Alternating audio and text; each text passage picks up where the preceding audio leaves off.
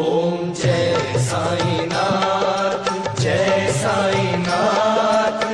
आदि न अंत तुम्हारा, तुम्हें श्रद्धा रमन हमारा। ओम साई राम। मैं चैताली साई सद्दा सबूरी चैनल से आप सभी भक्तों को स्वागत है। बाबा का लीला का अपरंपार है।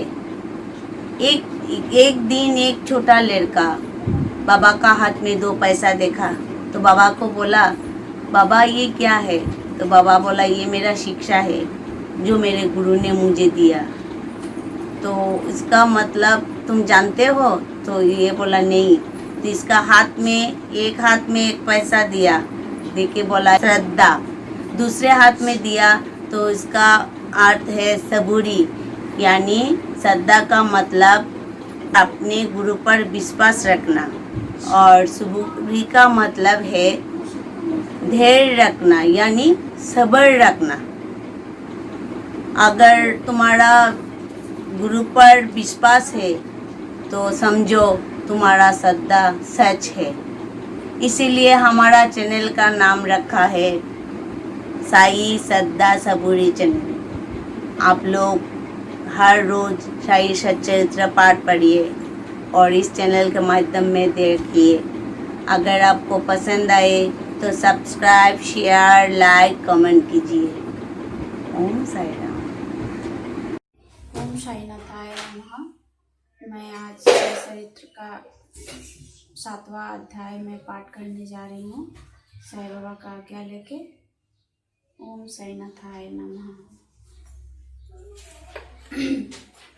अद्भुत अवतार श्री साईं बाबा की प्रकृति, उनकी योगिक क्रियाओं, उनकी सर्वव्यापा पापत्त, कुछ रोगी की सेवा, कापड़े के पुत्र को प्लेग पढ़ पुरगमन, अद्भुत अवतार श्री साईं बाबा समस्त योगी क्रियाओं में पारंगत थे। 6 प्रकार की क्रियाओं के तो वह गुण ज्ञाता थे। 6 क्रियाएं जिनमें धोती 1 3 चौड़े वे 22 लंबे कपड़े के भीगे हुए टुकड़े से पेट को स्वस्थ करना, खंड योग जोड़ना और समाधि आदि भी सम्मिलित है। यदि कहा जाए कि वह हिंदू थे तो आकृतिक से वह यौवन थे प्रतीत होते थे। कोई भी यह निश्चय पूर्वक नहीं कहा सकता था कि वे हिंदू थे या यौवन। वे हिंदुओं का रामनवमी उत्सव यथाविधि मानते थे और साथ ही मुसलमानों का चंदनोत्सव की वे उत्सव में किश्ती का प्रस्थान तथा विजेताओं को पर्याप्त पुरस्कार देते थे। गोकुल अष्टमी को गोपाल काला उत्सव भी बड़ी धूमधाम से मानते थे। ईद के दिन वे मुसलमानों को मस्जिद में नमाज पढ़ने के लिए आमंत्रित किया करते थे। एक समय मुहर्रम के अवसर पर मुसलमानों ने मस्जिद में ताजिए बनाने तथा कुछ दिन वहां रहकर फिर जुलूस बनाकर गांव से निकालने का कार्यक्रम रचा। श्री साईं बाबा ने केवल 4 दिन ताजियों को बाहर रखने दिया और बिना किसी राग दोष के 5वें दिन कहा से हटाया दिया। यदि कहे कि वे यौवन थे तो उनके कान हिंदुओं की रीति के अनुसार छिद्र हुए थे, और यदि कहे कि वे हिंदू थे तो वह सुनता करना के पक्ष में थे। नाना साहेब चांदकर जिन्होंने उनको बहुत समीप से देखा था, उन्होंने बतलाया कि उनकी सुस्ता नहीं हुई थी। साईं लीला पवित्र का श्री बी वही देव द्वारा लिखित शीर्षक पवित्र श्री बी वही देव द्वारा लिखित शीर्षक बाबा यौवन की हिंदू पुष्प 562 देखो यदि कोई उन्होंने हिंदू घोषित करे तो वे सदा मस्जिद में निवास करते थे, और यदि यौवन कहे तो सदा वहाँ धुनी प्रज्वलित रखते थे, तथा अन्य कर्म जो इस्लाम धर्म के विरुद्ध हैं, जैसे चक्की पीसना, शंख तथा घटना नाद होम आदि कर्म करना, अन्नदाता और अध्याय द्वारा पूजन आदि सदैव वहाँ चलते रहते थे।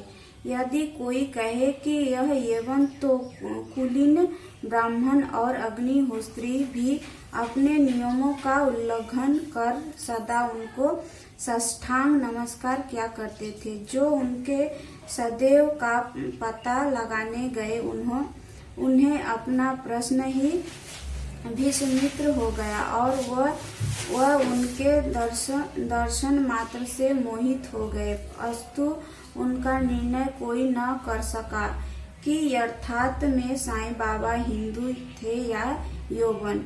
इसमें आश्चर्य की क्या है, जो इंद्रियां जयन सुखों को तिल जलिए देखकर ईश्वर की शरण में आ जाते हैं, तथा जब उसे ईश्वर के साथ अभिन्नता प्राप्त हो जाती है, तब उनकी कोई जाति पाति नहीं रह जाती। इसी कोटि में श्री साईं बाबा थे। वे जातियों और प्राणियों में किंचित मात्र भी भेदभाव नहीं रखते थे। फकीरों के साथ वे असीम और मछली का सेवन भी कर लेते थे। कुत्ते भी उनके भोजन प्राप्त में मुंह डालकर स्वतंत्र पूर्वक खाते थे, परंतु उन्होंने कभी कोई आपत्ति नहीं की। ऐसा अपूर्व और अद्भुत श्री साईं बाबा का अवतार था। गत जन्मों के शुभ संस्कारों के परिणाम स्वरूप मुझे भी उनके श्री चरणों के समीप बैठने और उनका सत्संग लाभ उठाने का सौभाग्य प्राप्त हुआ। मुझे जिस आनंद में सुख का अनुभव हुआ उसका वर्णन मैं किस प्रकार कर सकती हूँ। यथार्थ में बाबा अखंड सच्चिदानंद थे। उनकी महानता और अतिथियां का बयान कौन कर सकता है। जिसने उनके श्री चरण कमलों की चरण ली, उसे सत्कार की प्राप्ति हुई। अनेक सन्यासी, साधक और मुमुक्षु जनक भी श्री साईं बाबा के पास आए करते थे। बाबा भी सदैव उनके साथ चलते फिरते, उठते बैठते, उनसे वार्तालाप कर उनका चित्तरंजन धुनी के पास ही आसन जमाए रहते और वही विश्राम किया करते थे। वे कभी स्नान करते और कभी स्नान किए बिना ही समाधि लीन रहते थे। वे सिर पर एक सफा कमर में एक धोती और तन ढकने के लिए एक कफनी धारण करते थे। प्रारंभ से ही उनकी वेशभूषा इसी प्रकार थी। अपने जीवन काल के पूर्वार्ध में वे गांव में चिकित्सालय कार्य भी क्या करते थे। रोगियों को निदान कर उन्हें औषधि भी देते थे और उनके हाथ में अपरिमित यश था। इस कारण वे अल्प काल में ही योग चिकित्सा विख्यात हो गए। यहाँ केवल एक ही घटना का उल्लेख किया जाता है जो बड़ी विचित्र सी है। विलक्षण नेत्र चिकित्साएं। एक भक्त की आंखें बहुत लाल हो गई थी, उनमें सूजन भी आ गई थी। सिद्धि सरीखे छोटे ग्राम में डॉक्टर कहाँ। तब भक्तगण ने रोगी को बाबा के समक्ष उपस्थित किया। इस प्रकार की पीड़ा में डॉक्टर पार्य लेप परम हम अजन गया अंजन गया का दूध तथा कपूर युक्त औषधि को प्रयोग में लाते हैं, पर बाबा की औषधि तो सर्वथा ही भिन्न थी।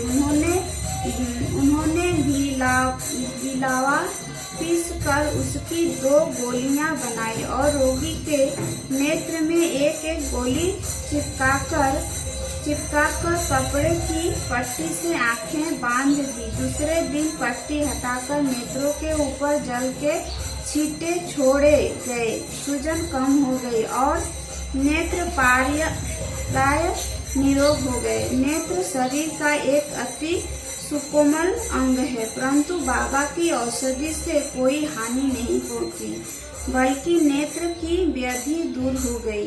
इस प्रकार अनेक रोगी निरोग हो गए। यह घटना तो केवल उदाहरण स्वरूप ही यहाँ दी गई है। बाबा की यौगिक क्रियाएं। बाबा को समस्त यौगिक प्रयोग और क्रियाएं ज्ञात थी। उनमें से केवल 2 का ही उल्लेख यहाँ किया जाता है। धोती क्रिया, आते स्वस्थ करने की क्रिया।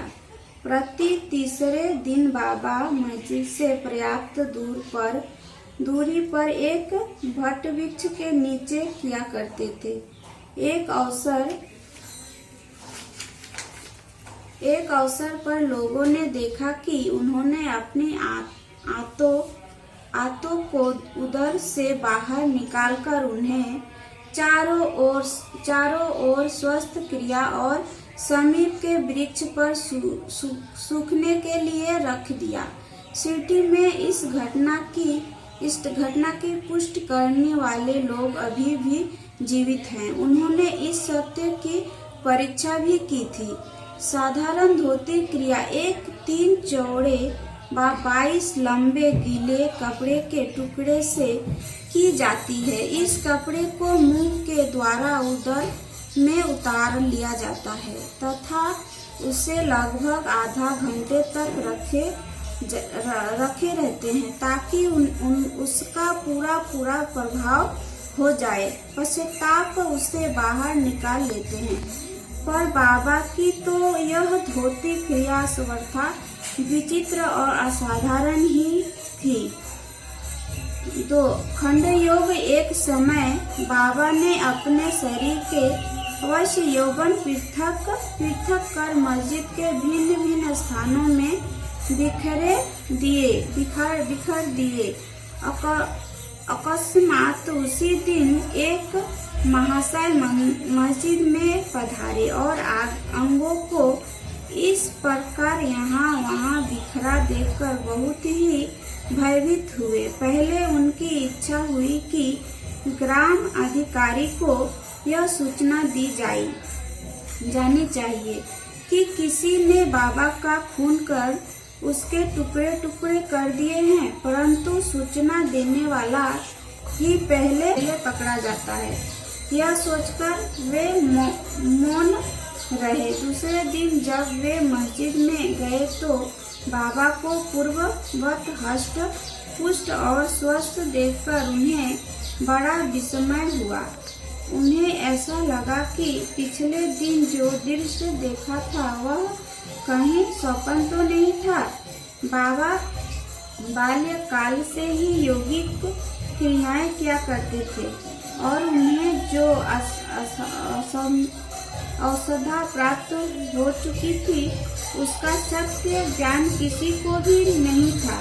चिकित्सा के नाम से उन्होंने कभी किसी से एक पैसा भी स्वीकार नहीं किया। अपने उत्तम लौकिक प्रिय गुणों के कारण उनकी कीर्ति दूर दूर तक फैल गई। उन्होंने अनेक निर्धनों रोगियों को स्वस्थ प्रदान किया। इस प्रसिद्धि डॉक्टर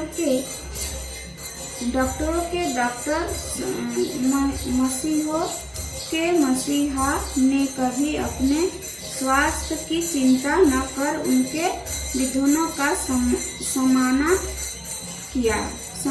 किया तथा स्वयं असहनीय वेदना और कष्ट सहन कर सदैव दूसरों की भलाई की और उन्होंने विपत्तियों में सहायता पहुंचाई।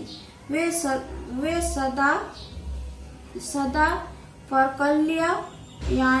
परकल्याण था चिंतित रहते थे। ऐसी ही एक घटना नीचे दी गई है जो उनकी सर्वव्यापकता तथा महान दयालु की घोतक है। बाबा की सर्वव्यापकता और दयालुता। सन 1910 में बाबा दीपावली के शुभ अवसर पर धुनी के समीप बैठे हुए अग्नि ताप रहे थे तथा साथ ही धुनी में लकड़ी डालते जा रहे थे। धुनी प्रचंडता से प्रज्वलित थी। कुछ समय पश्चात उन्होंने लकड़ियां डालने के बदले अपना हाथ धुनी में डाल दिया। हाथ बुरी तरह से सुलझ गए। नौकर माधव और माधव राय देश पांडे ने बाबा को धुनी में हाथ डालते देखकर तुरंत दौड़कर उन्हें बलपूर्वक पीछे खींच लिया। माधव राव ने बाबा से कहा, देवा आपने ऐसा क्यों किया? बाबा सावधान होकर कहने लगे, यहाँ से कुछ दूरी पर एक लुहारिन जब भट्टी का ध्यान छोड़ वहां शीघ्रता से वहां दौड़कर गई। अभाग्यवश शिशु फिसलकर भट्टी में गिर पड़ा। मैंने तुरंत भट्टी में हाथ डालकर शिशु का प्राण बचा लिया। मुझे अपना हाथ जल जाने का कोई दुख नहीं है, परंतु मुझे संतोष है कि एक मासूम शिशु के प्राण बच गए। कुष्ठ रोगी की सेवा। माधव राव देशपांडे ने द्वारा बाबा का हाथ जल जाने का समाचार पाकर श्री नाना साहेब चांदकर, बम्बई के सुप्रसिद्ध डॉक्टर श्री परमानंद के साथ दवाइयाँ लेप मरहम तथा पट्टियाँ आदि साथ लेकर शीघ्रता से शिरडी आए। उन्होंने बाबा से डॉक्टर परमानंद को हाथ की जांच करने और जल जाने हुए स्थानों में दवा लगाने की अनुमति मांगी। यहाँ प्रार्थना अस्वीकार हो गई। हाथ जल जाने के पश्चात एक कुष्ठ रोग पीड़ित भक्त भागोजी सिद्धि उनके हाथ पद सदैव पट्टी बांधते थे। उनका कार्य था प्रतिदिन जले हुए स्थान पर घी मलना और उसके ऊपर एक पत्ता रखकर पट्टियों से उसे पूर्ववत कस कर बांध देना। घाव शीघ्र भर जाएगा। इसके लिए नाना साहेब चांदकर ने पट्टी छोड़ने तथा डॉक्टर परमानंद से जांच व चिकित्सा कराने का बाबा से बार बार अनुरोध किया। डॉक्टर परमानंद ने भी अनेक बार प्रार्थना की, परंतु बाबा ने यह कहते हुए टाल दिया कि केवल अल्लाह ही मेरा डॉक्टर है। उन्होंने हाथ का परीक्षण करवाना अस्वीकार कर दिया। डॉक्टर परमानंद की दवाइयाँ शिरडी के वायुमंडल में न फूल सकी और न उनका उपयोग हो सका। फिर भी डॉक्टर साहब का परम भाग्य था जो उन्हें बाबा के दर्शन का लाभ हुआ। भागोजी को दवा लगाने की अनुमति मिल गई। कुछ दिनों के उपरांत जब घाव भर गया तब सब भक्त खुशी हो गए, परंतु प्रतिदिन प्रातः काल घृत से हाथ की मालिश और पुण्य कसकर पट्टी बांधना श्री साईं बाबा की समाधि पर्यंत यह क्रम इसी प्रकार चलता रहा। श्री साईं बाबा सदिष्ट पूर्ण सिद्ध को यथार्थ में इस चिकित्सा की भी कोई आवश्यकता नहीं थी, परंतु भक्त के प्रेम वश उन्होंने भागोजी की यह सेवा अर्थात उपासना निविध स्वीकार की। जब बाबा लेफ्टिन को जाते तो भागोजी छाता लेकर उनके साथ ही जाते थे। प्रतिदिन प्रातःकाल जब बाबा धुनी के पास आसन पर विराजते तब भागोजी वहां पहले से ही उपस्थित रहकर अपना कार्य प्रारंभ कर देते थे। भागोजी ने पिछले जन्म में उनके पाप कर्म किए थे, इस कारण वे कुष्ठ रोग से पीड़ित थे। उनकी उंगलियों गल चुकी थी और शरीर पीप आदि से भरा हुआ था, जिससे दुर्गंध भी आती थी। यद्यपि ब्रह्मा दृष्टि से वे दुर्भाग्यता पतित होते थे, परंतु बाबा का प्रार्थना सेवक होने के नाते अर्थात में वही अधिक भाग्यशाली थे तथा खुशी थे। उन्हें बाबा के सानिध्य का पूर्ण लाभ प्राप्त हुआ। बालक खापड़े प्लेग। अब मैं बाबा की एक दूसरी अद्भुत लीला का वर्णन करूंगा। श्रीमती खापड़े अमरावती के श्री दादा साहेब खापड़े की धर्म पत्नी अपने छोटे पुत्र के साथ कई दिनों से शिरडी में थी। पुत्र तीव्र ज्वर से पीड़ित था। पश्चात उसे प्लेग की गिल्टी गांठ भी निकल आई। श्रीमती खापड़े भयभीत हो बहुत घबराने लगी और अमरावती लौट जाने का विचार करने लगी। संध्या समय जब बाबा वायु सेवक के लिए बाड़े, अब जो समाधि मंदिर कहा जाता है, के पास से जा रहे थे, तब उन्होंने उनसे लौटने की अनुमति मांगी तथा कपित स्वर में कहने लगे कि मेरा प्रिय पुत्र प्लेग से ग्रस्त हो गया है, अब मैं घर लौटना चाहती हूँ।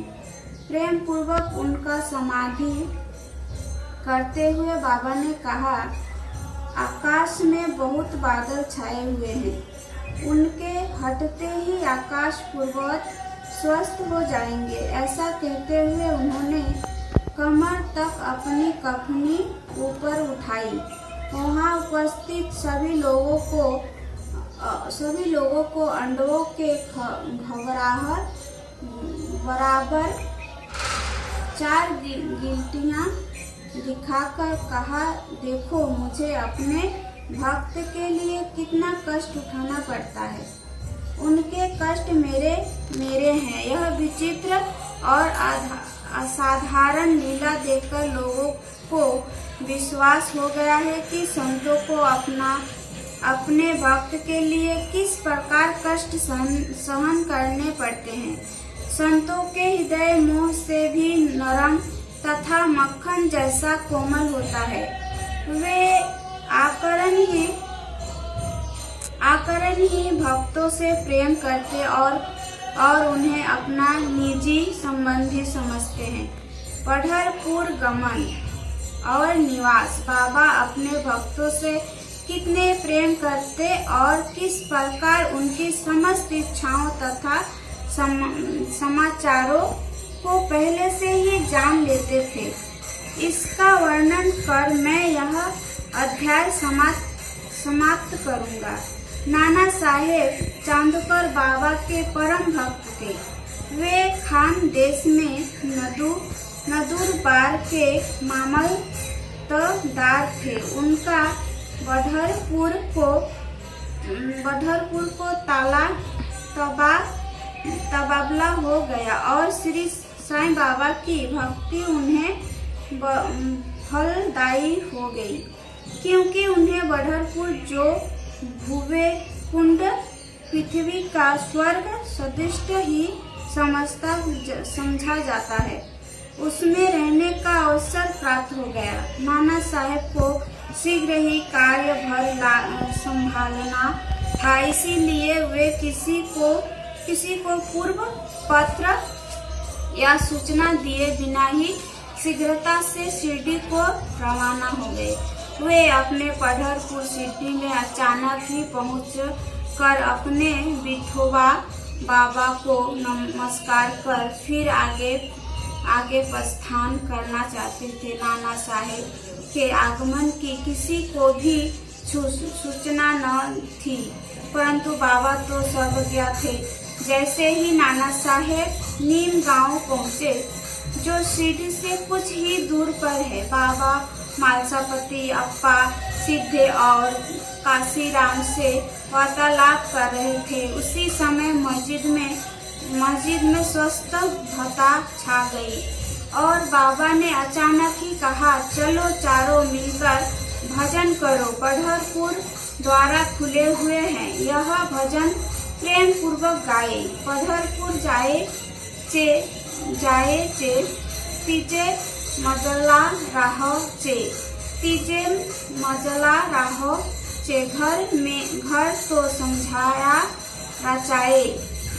सब मिलकर गाने लगे।